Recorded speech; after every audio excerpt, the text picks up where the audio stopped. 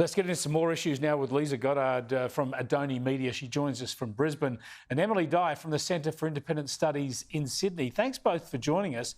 Look, there have been calls around for a long while to try, from certain groups that is, to try and reduce the voting age in Australia to 16. But in the Australian Capital Territory, which is where I'm sitting tonight, it got so far as the Greens got a bill into Parliament. Now, they're in coalition government with Labor, and they put up a bill into Parliament to get the voting age down to 16. Thankfully, the Parliament got rid of it. But, Emilie, this is a worry, isn't it? We've got a serious push to have 16-year-olds voting now. I mean, it doesn't surprise me that it's the Greens that are pushing this right now. My colleague recently did a report that found that young people, as in Generation Z, are more likely to vote for the Greens than for the coalition. And so it's clear that they're just trying to get more votes, and they're trying to get those extra people into their demographic of people that could be voting for them. And so their arguments, while they do make some sense, I don't think they really hold that much water. They're saying that, oh, young people are going to be the most affected by climate change. They're going to be the most affected by cost of living. But most young people still live at home with their parents. So I don't see how they're being affected that much by cost of living. Their parents are being affected by cost of living, not young people themselves. So I think they can wait the 2 years. And I hope that we'll continue to push back against this.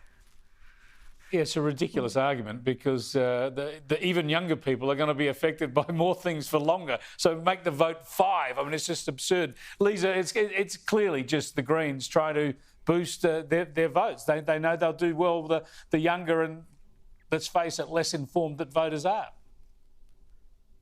Yeah, I'm not so sure this is all about making democracy better or about just building numbers for the Greens and the left side of politics. Because, as you say, when you look at the figures, and as Emilie went through, by 2040, they're saying 70% of voters would have been born post-1980. So it really just does come down to a numbers game. Now, I have a 16-year-old daughter, so usually I'll do some pretty good research before I came on, but I rang her tonight and said, would you like to vote at 16? And she said, no, I'm focused on school. And look, she's in a more politically aware household than I think most kids may be. So she understands what's happening. But she said, look, all we hear about at school is Indigenous issues or climate change. There's no discussion at all about what the House of Reps does or what policies are, or to look at those broader pictures around cost of living issues. So I just think you're bringing in a lot of people who are ignorant about the current issues that we're facing. And we already have an electorate that isn't engaged politically. So yeah, I just think it's not a new idea from the Greens. They've been pushing it. And Bill Shorten was pushing it in 2015. So, it's not new and it's not going to go away, but I think it's ridiculous. Yeah, I think this is the furthest it's got so far, but it has been thwarted. But speaking of the Greens, they're actually part of an unusual alliance of Australian politicians in Washington at the moment, campaigning to get Julian Assange free, to essentially have the American charges against him dropped or dealt with. There's Liberal there, Labor there, Greens, also Monique Ryan, Teal. It's an unusual coalition, if you like, unofficial coalition, Emilie. What do you think? Does that strengthen the case for Julian Assange? Will it help? I think absolutely. I think we as Australians need to put forward a united front on this. I think we can all get behind the idea that the US doesn't have jurisdiction over Australian citizens. It's as simple as that.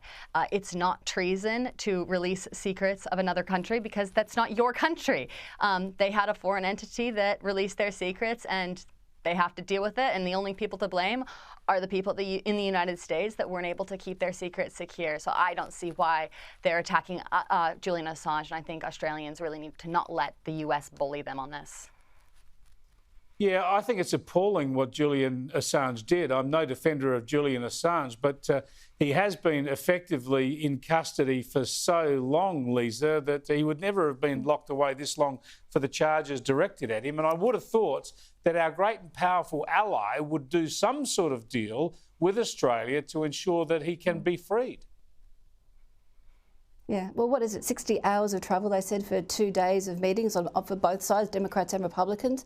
But look, I looked at this, and yes, they're over there. It would have been a very interesting plane trip is all I can say on that front. But what are they doing about China? You've got an Australian journalist being detained there over 1,000 days now. Where is the same effort going into those sorts of persuasive discussions to try to rescue another Australian who's in China? It's all focused on the US. So I think think what you may about Julian, think what you will about what Julian Assange did.